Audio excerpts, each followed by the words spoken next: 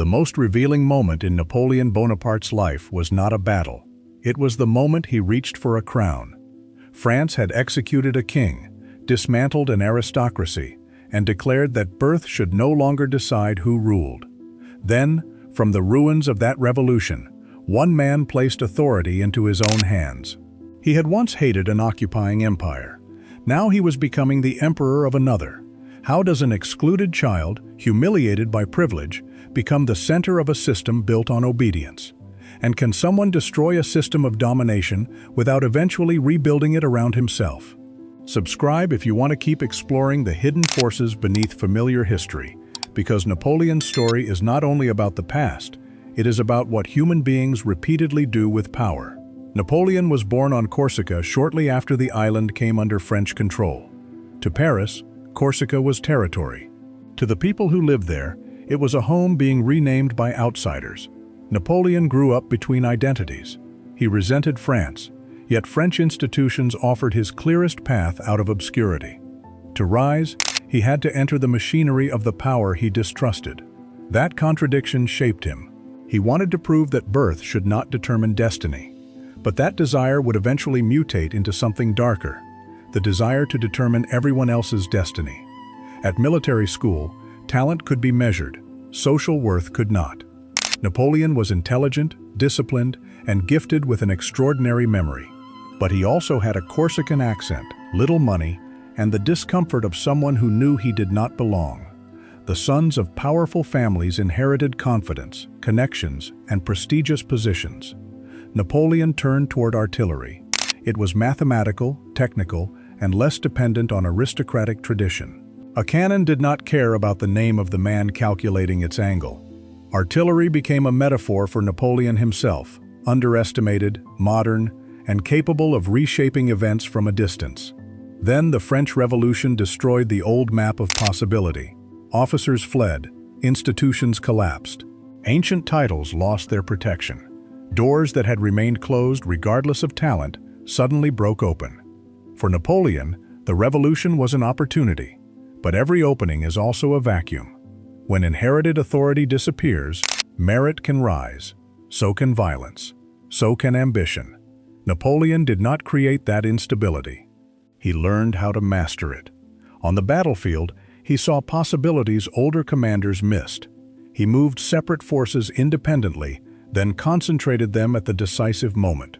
He replaced rigid mass with speed and used psychology to make his enemies feel weaker than they were. To watch his campaigns unfold is to watch chaos become geometry. That was the source of his power.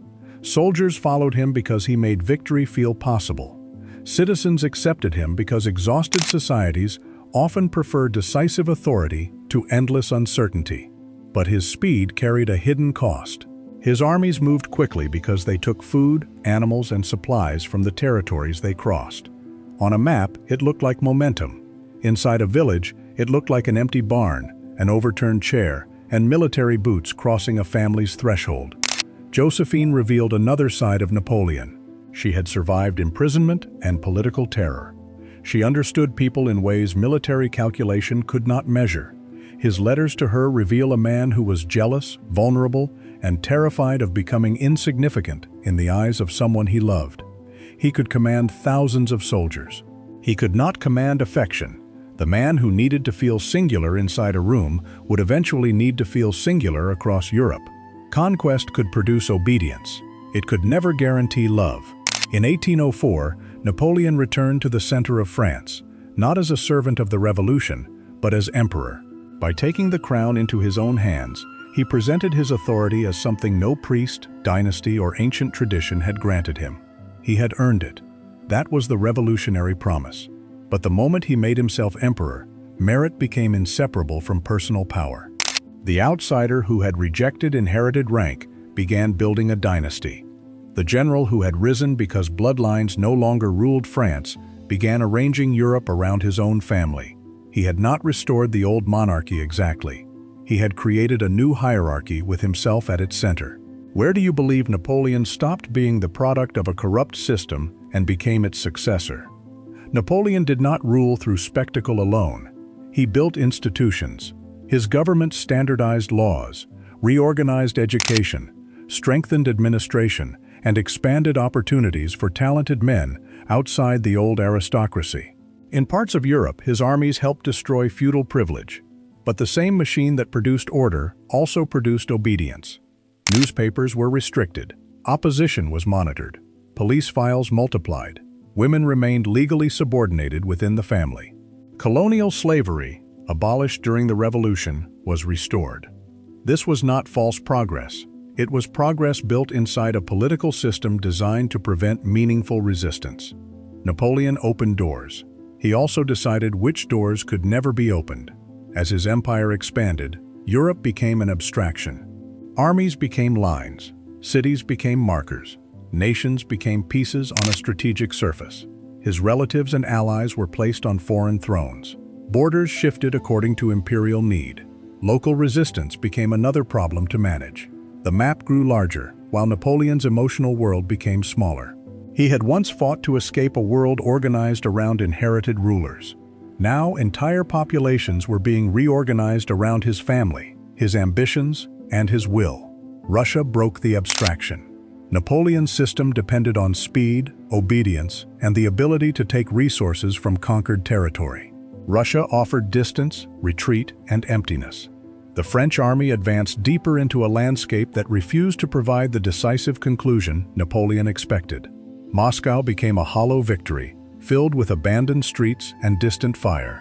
Then winter closed the distance behind him. Wagons broke, cannons were abandoned, columns diminished into silhouettes. Footprints disappeared beneath the wind. Power could command men. It could not command geography, weather, or exhaustion. At Waterloo, Napoleon confronted a world that had studied him. Rain and mud slowed movement.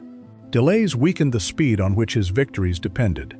His old formula had not become foolish, it had become predictable.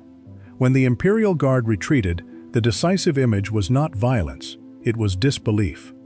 The men who had depended on Napoleon's invincibility watched that belief disappear. Every system built around one exceptional figure contains the same weakness. Eventually, the figure fails, and nothing around him has been allowed to become strong enough to replace the myth. On St. Helena, the man who had tried to contain Europe was reduced to a room, a window, and an ocean. Maps remained, but they no longer obeyed him. Uniforms remained, but no armies waited outside. The final island echoed the first. Napoleon began life on Corsica, shaped by foreign power. He ended it on another island, where power had no remaining object. His tragedy was not ambition alone. He understood the injustice of inherited power, but could not imagine power without a commanding center. He expanded opportunity, preserved revolutionary reforms, modernized institutions, and destroyed ancient privileges. He also silenced opposition, subordinated nations, and treated human beings as instruments of his design.